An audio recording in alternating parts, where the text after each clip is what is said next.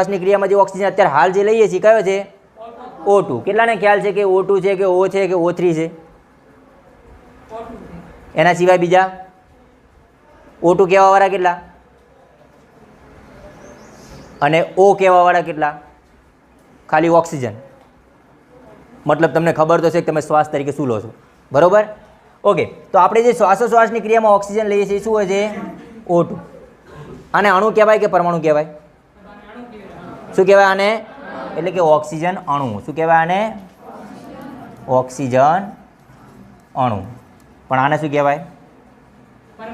Single oxygen છે એટલે કે આને કહેવાય, આ શબ્દો સમજો, ઓક્સિજન પરમાણુ કહેશું. આને શું કહેશું? ઓક્સિજન.